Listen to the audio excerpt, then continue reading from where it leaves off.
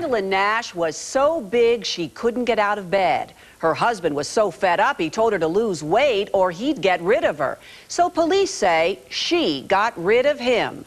Jody Baskerville reports. I don't know what went on the inside, but it obviously wasn't very pretty. Gwendolyn and Sumner Nash lived together in this house in Irving, Texas. They were a reclusive couple. In fact, they hardly ever ventured out of their home. Some say it was because Gwendolyn was so overweight she couldn't get out of bed. She spent her whole life in that bed watching Days of Our Lives, you know, eating ho-hos, while her husband obviously is frustrated in more ways than one, I would imagine. But when her husband threatened to send her to a fat farm, she didn't get mad. Police say she got even. And then she just shot him in the head. At 350 pounds, Gwendolyn was a prisoner of fat. She was a big, big woman. Inside this house, she became so heavy, she was helpless and depended on her husband for her every need, a task he often found too difficult to handle. We were called over there to help an invalid that had fallen. When we finally had enough help, we took her to the bed and set her down, and she was able then to use the wall to get back to the restroom.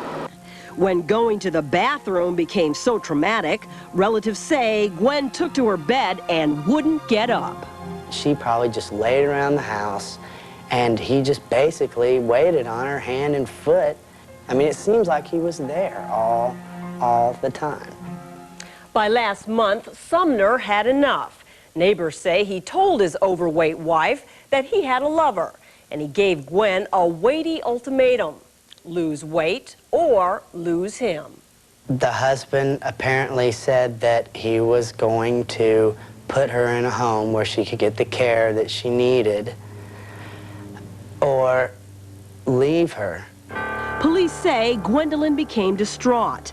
After her husband shot off his mouth, she shot off her gun and killed him. Then she tried to kill herself. But once again, her weight got in the way. He knocked the gun out of her hand after he was shot. The second time he came up and hit the gun out. And she called the cops saying, you know, I just killed my husband and I'm going to kill myself, but she couldn't get to the gun. She was unable to get out of bed. She was found in bed with the deceased.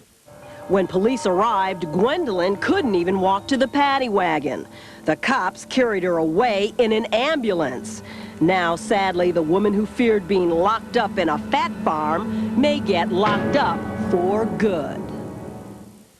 Gwendolyn Nash is charged with murder and was committed to a hospital for observation. She has now been released on bond and is back at home.